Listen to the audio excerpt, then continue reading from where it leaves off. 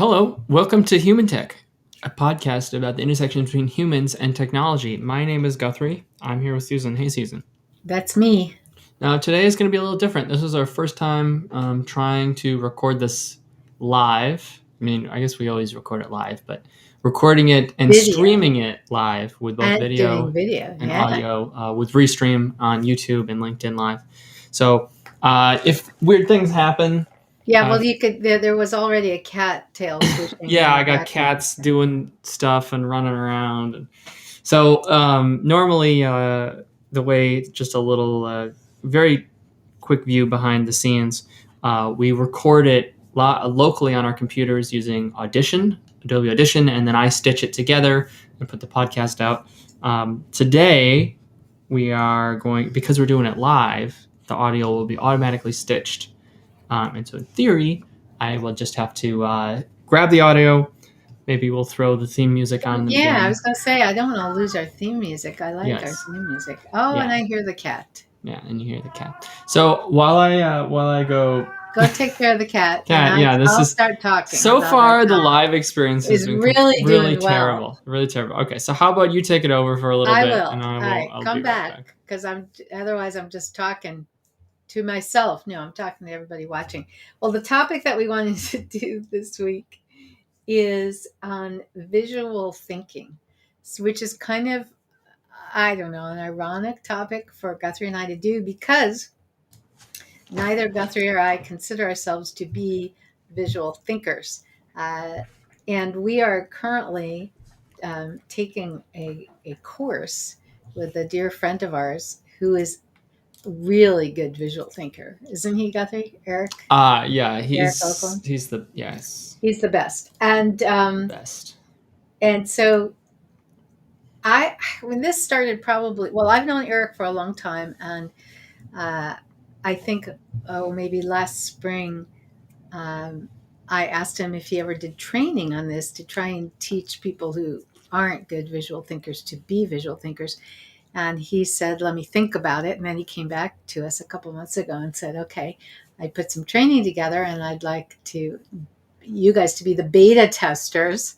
And my feeling was, if he could get you and I to do any kind of visual thinking and visual work, that would be a big deal, because we're so bad at it. So I guess to back up, I'm sure I have imagery in my head, but when I'm communicating, when I'm taking notes, when I'm communicating with other people, it's primarily words, and I'm not good at drawing, and so on and so on. So the question was, could I become more visual thinker and a more visual communicator? Yeah, you're actually kind of shockingly bad with three-dimensional space, which is really surprising. You're so smart at so many things. That's so nice of you to say, and it is true. I remember, I do. I think to the point, it's a real deficit in my world, is 3D space, physical space.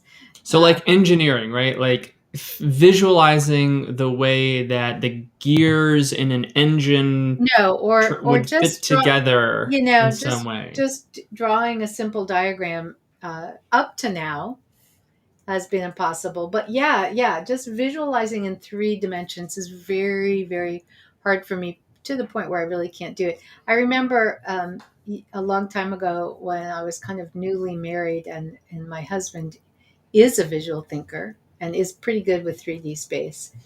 And he was talking about, I don't know, a table or building a table or something. And, he said, well, just draw a little sketch of it. And I was like, what? And he even said, how can you be so bad at this? You're very smart and you have a PhD. And I was like, that doesn't have anything to do with it. But anyway, we've been trying to learn, and we're still in the middle of the course. We haven't finished it. And I think it's been really interesting. I've been much better at it than I ever thought I could be, considering I didn't think I could do it at all. And I'm almost, I mean, we had a big, long discussion about whether we were going to, do it on paper or whether we were going to do it with an electronic device. And I think you decided to go electronic, right? And so far, I'm doing it on paper. So yeah, for we as I don't know if I've said on this podcast already, but we always buy very similar devices for the company. Yeah, for our work, yeah.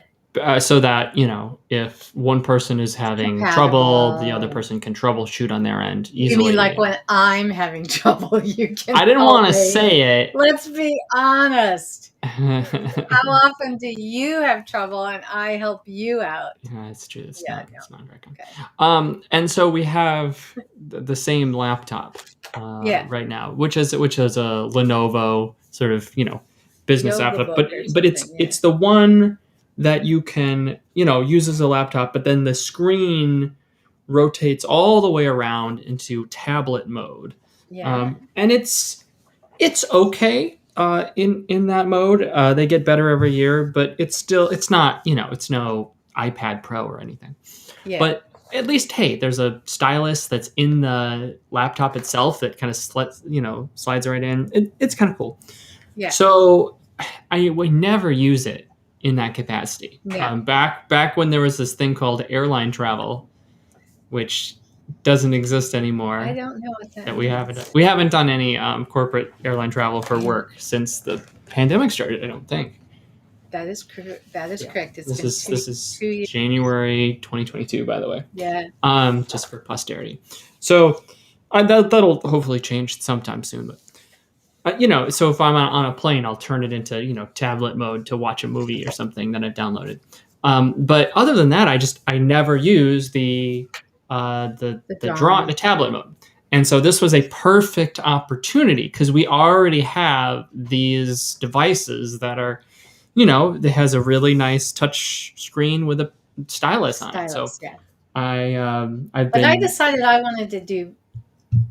I don't know. I decided I wanted to start with paper. I'd like it to be electronic for all the reasons that would be good. But you like taking notes on paper. And knowing like you're a doodler, you always had, you do less of it now than before, but you always used to have a notebook, sort of a legal pad, and you would just make little doodles in the margins and yellow. I still do it. It's right here always when I'm on meetings. The only difference is you have nicer notebooks. You can't see it on camera, so you don't know. I'm holding the notebook. You don't see it. I'm holding the pen and I'm moving it. You barely see the pen. So that's why you don't realize I've still been doing it. But anyway, here, ta-da, I've been practicing. Oh, wow. That's awesome. But, I made some notes today because we have a meeting today with Eric, our visual thinking training guy. And I made some notes. So unfortunately, Guthrie, you're going to hear this twice because you're going to hear it now. And then you're going to hear it when we talk to Eric. Because I realized I wrote down this thing here, little visual. Oh, hold on. I should just mention, if anyone's listening to this audio only on a podcast, you could see what she's doing. This is currently streaming on LinkedIn Live if you go to the Team W on LinkedIn or the Team W on YouTube if you'd like to see all I'm her doing doodles. I'm holding up a notebook. I just wanted to. I forgot if we had mentioned that, so I just wanted to make sure people could actually. Yeah, we have to get used to this idea. So I made some notes on since I've been practicing this whole visual thinking idea, and Eric has us doing exercises of different ways of using visual thinking, but two things have occurred to me, and I wondered, Guthrie, if you found this to be true for you or not. Can you first just say what visual thinking is? Because that's so abstract. No. That's a problem. Yeah. That's unfortunate. Well, only because Eric does such a better job at it than I would. Okay. Right. I guess I would say. Shoot. Here, I'll do it. Can you do it? Yeah. I'll do it. Right. So we do a lot of logical thinking. And there's a difference between the way that you think and the medium by which you are expressing yourself. So I can think logically and express myself with words, auditory. Okay, I can think sequentially, like if I'm reading a book, right? I'm sort of thinking as I'm reading. It's sort of this sequential line by line, and but I can be taking notes on a computer, and that's also sort of it's whatever it is when you're doing stuff in words. I don't know what that. Words. No, but like there's Yeah. like Yeah. if you're doing something visually, something with words is grammatically maybe. I don't know. I don't have the right word for it. Anyways, so visual thinking is this idea that we are going to try to in a think in at least two dimensions, and think not just with words but also with images, with Yes. diagrams, Yes. putting stuff on paper, both organizing words in various ways on a piece of paper, but also drawing, expressing ideas through graphic, through icons, that this sort of way, which is, I went to law school where I was hammered how to think with words, Right. very straightforward. And if you are not very visual, a visual person like Susan is, if you're not an artist, if you don't if that doesn't come to you naturally, um, it is very foreign. It's like talking in a different language. It's very uncomfortable. You not really. Um, it's just a very different way of doing things. But doing visual thinking does allow you to express yourself and uh, um, put ideas together in a way that is very difficult if you're just if you're just writing with words. Yeah. Like the way ideas are organized in a two-dimensional grid or space, Yeah. you can convey way more meaning much quicker than you could if you were just describing it And by with writing words, out by words. writing it. Yeah. And probably And faster. yeah, well, you made me. I just added something to my little diagram while you were talking because you made me think of something. Yeah, I mean, for me, here's what I've noticed. So I've noticed now three things. I had two things, but now I just added another one. First of all, if I'm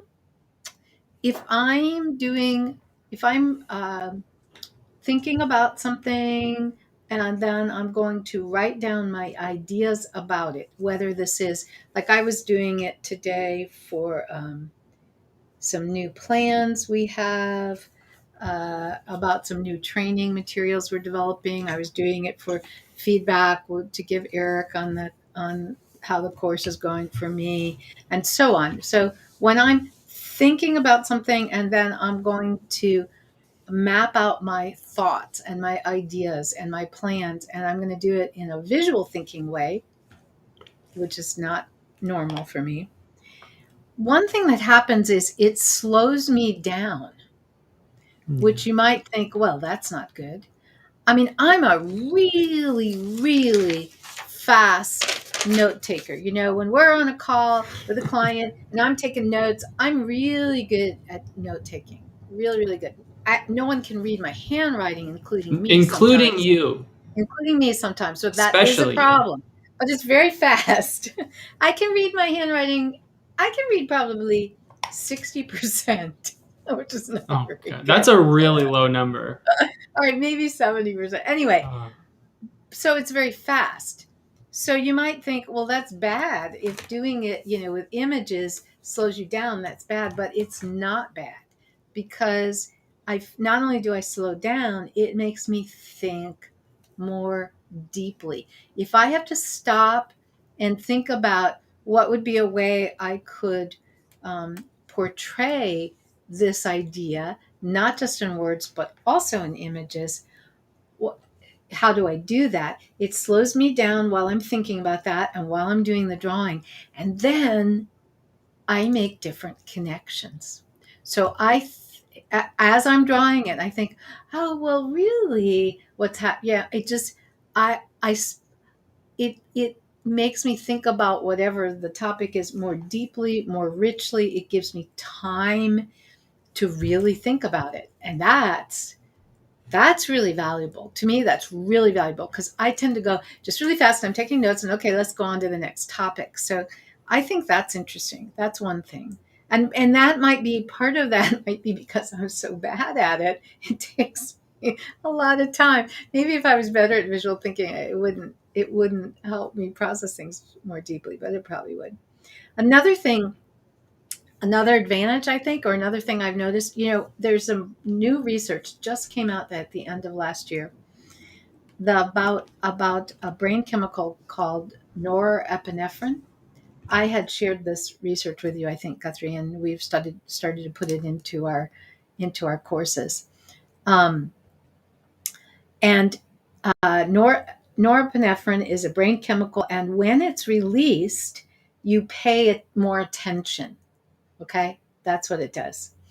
And what the research has found is that norepinephrine is released in the visual cortex of the brain. And this is the new part. We knew norepinephrine was released. We knew that when it was released, people would then focus their attention. But what was not realized was that the place in the brain that stimulates the release of it is the visual cortex. When you pay attention to something visually, when you look at it, instead of just, like close your eyes and hear it or think about it, that makes you pay attention. And that's why, because we know that doing something visually makes people pay attention, but now we know why. It's because of the norepinephrine. So I think that when I'm doing visual thinking, when I'm drawing little diagrams while I'm thinking and while I'm documenting, that makes me pay more attention to what I'm doing and what I'm thinking. So that's two. And I have one more that I thought of while you were talking, because visual thinking makes you think through spatially, through space, or just even, instead of having, a little place to write a word, you have a whole page and you're connecting something over here to something over there. For me, it brings the spatial element into it. And even though I'm very bad at that, or maybe especially because I'm bad at that's like a whole new dimension to me. Thinking about the connections, how things are connected, but thinking about how they're connected through two dimensions, rather than just linearly, it makes me think differently. So anyway, I just think it's kind of fascinating. It's still really tough. It's really tough, and I think we will see how much this sticks. Do you know what I mean? Moving forward, like, do I keep, when we're done with the course and we're done meeting with Eric, do I keep doing it? Well, Right? I know that I will, and it's You because, do? Why? well, I'll tell you why. Yeah. So for me, a big part of this was structural is maybe the right word. What do you mean by that? Keeping myself organized, both in my personal and professional life. So it's like I have, man, I've gone through 1,000 different iterations.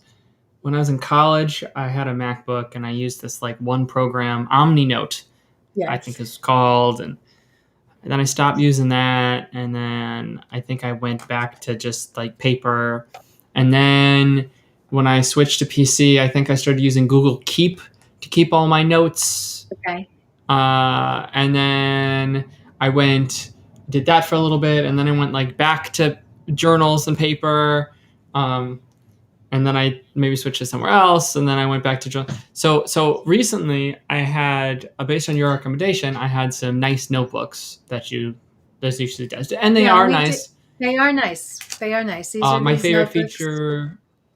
You want to shout out the company I just do. for some free? I do. The company is called DesignWorks Inc. DesignWorks INK. Like for example, They have little notebooks like this, but on well, the what's really inside, important, what's really works for me is the one I have is that it has a date. It has all the months and just 1 to 30, so you can circle the day something happens. And so if you're taking notes, especially for work, you can like, oh yeah, we had that We the had that meeting was meeting so and last so, month. but then you What can was kind that? of go back and Scan. Yeah, kind of. I have really liked these. Now, what I still didn't have a good way to keep track of stuff personally. And I Yeah, had a personal journal, but it was all over the place, because it yeah, just doesn't, like, your personal thoughts don't necessarily follow that. I had a client meeting, I had another client meeting, I yeah, had a client yeah. meeting. It's like there'll be like, a recipe, and then, oh, here's some, like, Here's a trip I'm I want meeting to with a take. lawyer, and then it'll be like 8 pages of just like, like I needed to like document or journal something, or some long something that happened, and so it's all over the place. Anyways, so as part of this big process, I have switched to Microsoft OneNote, Yeah.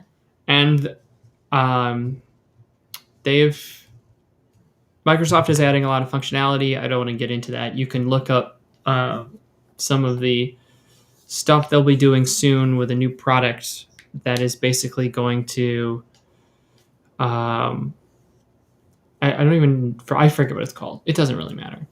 There's a new product that's coming that will allow you to sort of um, combine little micro thoughts and notes into bigger Oh, sections. that sounds Uh, weird. and they're going I to just, start combining that into other apps. They've already started doing that, which is why I've started to use OneNote. Doesn't matter. yeah. The point is, I started using OneNote for both my professional and my personal stuff. So I have a Okay. personal notebook, and I have a professional Yeah. notebook, and because of that, like when I'm doing a meeting, it has to be. I mean, I could type if I wanted to, but it is really easy for me just to whip my laptop open it up, and then I have my pen, Yeah, and yeah, I can yeah. draw, I can write, So I you can think you're going to do this? So I guess, yeah, more, not all the time, yeah.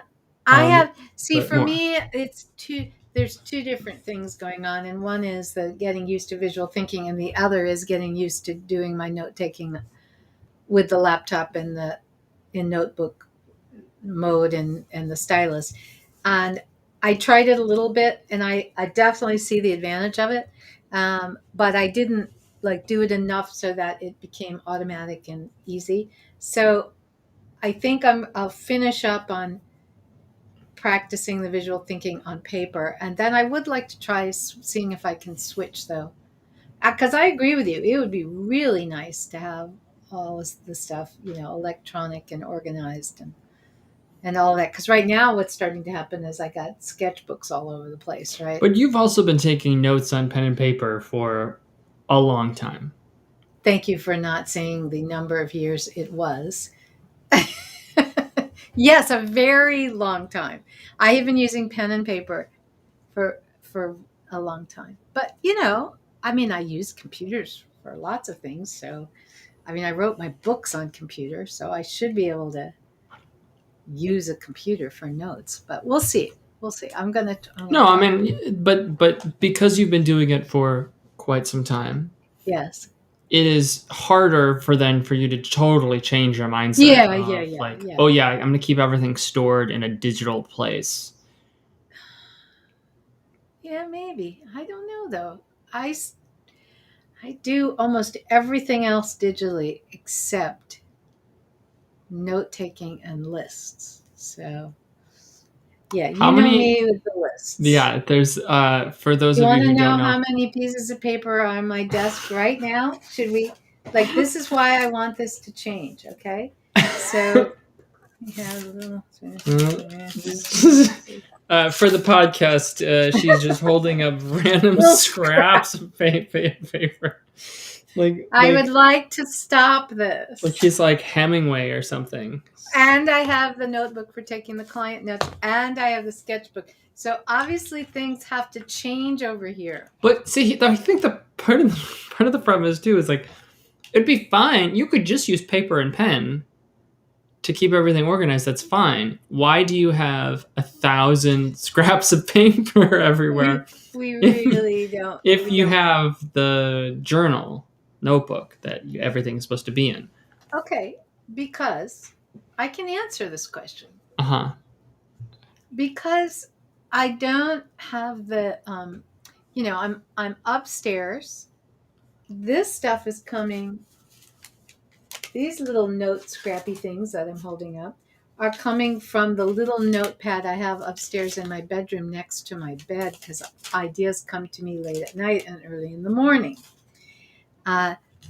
This notebook for taking client notes is in my office, and it's always in my office. And so, and this big guy, I don't walk around all day lugging this big sketchbook. So where am I, and what paper is nearby when I get an idea? That is the problem. So that's actually a good argument then for you in particular to switch to digital. Yes, Because because it's I so almost always, I'm leaning over here and I'm picking up my notebook. This thing is really close with me wherever I am. by notebook for the podcast, she actually means laptop. I mean my laptop, but we're talking about doing it in notebook mode. Right. But Yes. my laptop actually is with me wherever I am.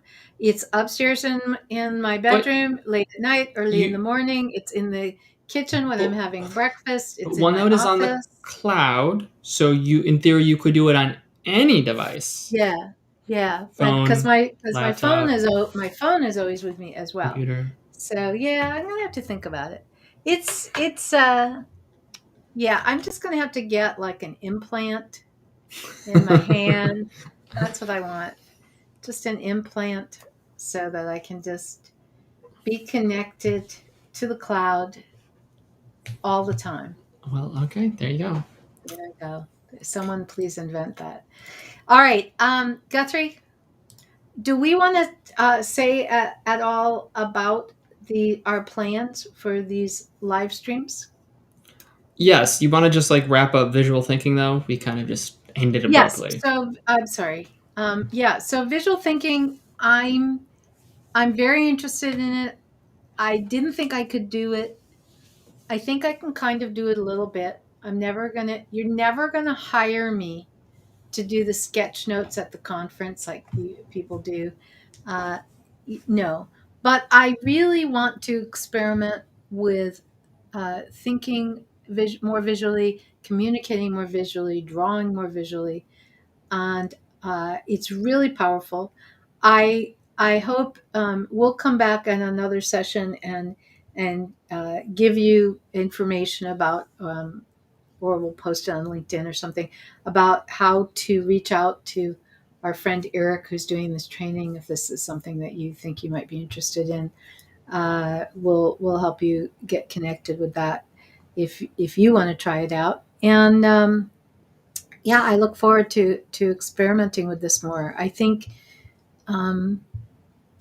I am fascinated by the idea of, are there things you can do that significantly change the way you work, the way you think, the way you process information or communicate information? Can you learn new tricks? Can the old dog learn new tricks? When you're so established in your own method, and you have your habits and you've been doing it a certain way for decades, can you change that? And that always fascinates me, and I'm curious about it for that reason. So that's what's going on. That's how I would kind of close that out. Anything you want to add to that, Guthrie? No, we're playing around. We're playing It's always fun to, I don't know if anyone uses their to use different types of thinking is always fun. So like if you do a lot of logical thinking and you're behind a desk all day, to then plant a garden or to do like a pottery class or working with your hands, movement, right? yeah, Yeah, tactile. dance and yoga, like that's like really fun because you're using your thinking in not that logical in your head way, and just conversely, right, if you're swinging a sledgehammer all day, to come home and read a book and use your brain and be creative and do something, that's also really great. So you can kind of go both ways. Okay. All right. So now we want to talk about our live streaming ideas. Yes. So the plan is that we are going to live stream our podcasts. Doesn't mean forever. Doesn't mean from now on. But if we're going to do a live stream, we might as well just turn it into the podcast and just Yeah, we're gonna save us a try whole it. bunch of time. Hopefully, that just means there'll be more of them. You can, in theory, catch us weekly at Wednesdays at noon Central Standard Time, which is Chicago in the States.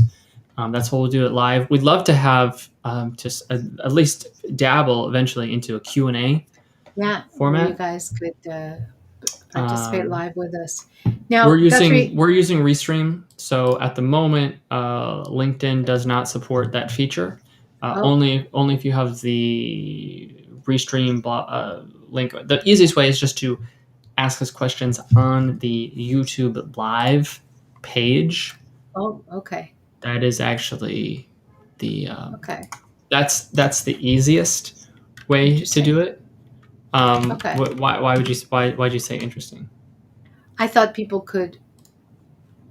we could have a Q&A live on LinkedIn. I think the Restream thing is still in beta, so it's Okay, read only for the moment. Um, okay. but All right, we'll play around. We'll try things out. let me let me So let me just let me just do one thing. okay, he's testing something out. You can hear him typing. Oh, actually, I need to not be in All right. my code. Well, You can keep well, going. I'll keep talking while you're doing that. Yeah. So we're planning on doing these live Wednesdays noon CST, and we will be, we think, live on LinkedIn and on YouTube at the same time if the technology allows.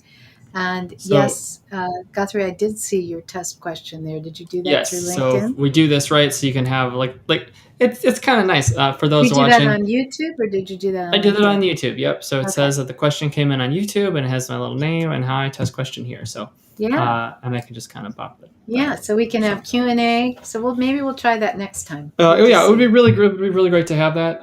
Yeah. As Restream adds more places, we might do that. Though I think what we will end up doing is putting links to this in our other social Sure. platforms, Sure. You'll find out Facebook about or it. Twitter. Yeah. So it will be, and then eventually, of course, on the live stream or on the podcast feed as well. Yeah. So keep an eye out for all of these things. Yeah. I should mention, lastly, some stuff that we're working on. Yeah. Go ahead.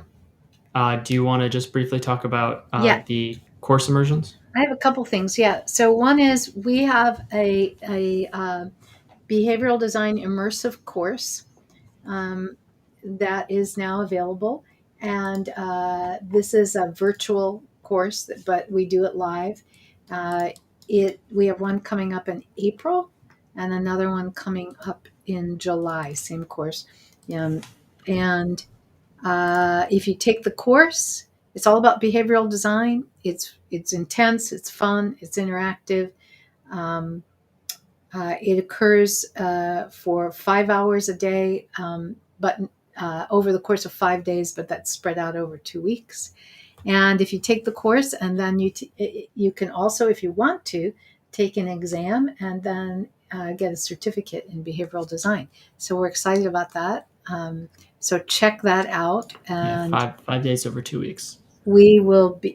we're posting that on LinkedIn and on Twitter. So if you follow us, Or if you just go to our website, we have or links just on the go to our website, website, theteamw.com. theteamw.com. So we have that going. And also another thing I wanted to mention, Guthrie, because I keep forgetting to get the word out on this. We do a lot of training. We have a lot of courses and workshops in UX and behavioral design and so on. And we have some clients who want to teach these courses themselves. They love having us teach them, and we are great instructors. But sometimes they want to bring it in house and set up a whole, UX academy kind of thing for their employees, you can license our course materials. And you can get the slides and the exercises and the materials, the handouts and the facilitator's guide, and then you can teach these in-house. So that's a wonderful option that I always forget to tell people about. So if you're interested in that, just reach out to us. Info at theteamw.com, and we can talk more about how you could license our courses. Is there anything else you wanted to bring up or mention? No, that's good. This was a. I know you have a call at the top of the hour, so Yes, we'll move wrap on. it up. But this was good, and Yeah, hopefully we have some people who start yeah, to. and let us know if there are particular topics you'd like us to do for the Q&As as well. Yes, yeah, but this was good. I actually really like Restream. It's actually a really cool Seems pretty platform. easy. Yeah, Seems pretty easy. it's very slick, and this was A test. it was a test, but it was very successful, I would say. There you go. Thank you, Restream. All right. Bye, guys. Bye, Guthrie. Bye.